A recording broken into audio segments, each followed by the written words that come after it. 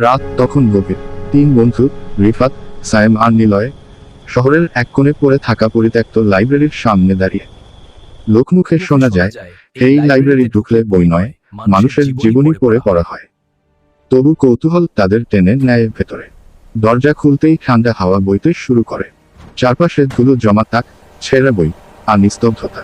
হঠাৎ দরজাটা নিজে থেকেই বন্ধ হয়ে যায়। লাইট জ্বলে ওঠে। একটা বই মেঝেতে পড়ে যায়।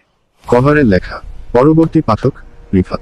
রিফাত কাঁপতে কাঁপতে বই খুলে দেখে, ভেতরে লেখা আছে ঠিক এই মুহূর্তে তাদের লাইব্রেরি ঢোকার ঘটনা। পাতার শেষে লেখা, এই লাইন পড়া শেষ হলে পাঠক হারিয়ে যাবে। হঠাৎ রিফাতের চিৎকার। তাকে ভেতর থেকে কালো হাত বেরিয়ে তাকে টেনে নেয়। এক সেকেন্ডে সে উধাও। সায়েম আর নিলয় দৌড়াতে গিয়ে দেখে, সব বইয়ের কভারে এখন লেখা তাদের নাম। চারপাশ থেকে ফিসফিস শব্দ ভেসে আসে। যে পড়ে সে আর বেরোয় না। হঠাৎ অ্যালার্মের মতো শব্দ। দরজা খুলে যায়। নিলয় দৌড়ে বেরিয়ে আসে। পেছনে তাকিয়ে দেখে সায়েম নেই। ভোরে পুলিশ আসে। লাইব্রেরি খালি। কিন্তু আজও মাঝরাতে কেউ যদি লাইব্রেরির পাশ দিয়ে যায়, শোনা যায় পাতার শব্দ। আর একটা নতুন বইয়ের কভারে লেখা হয় আরেকটা নাম, হয়তো আপনারটা।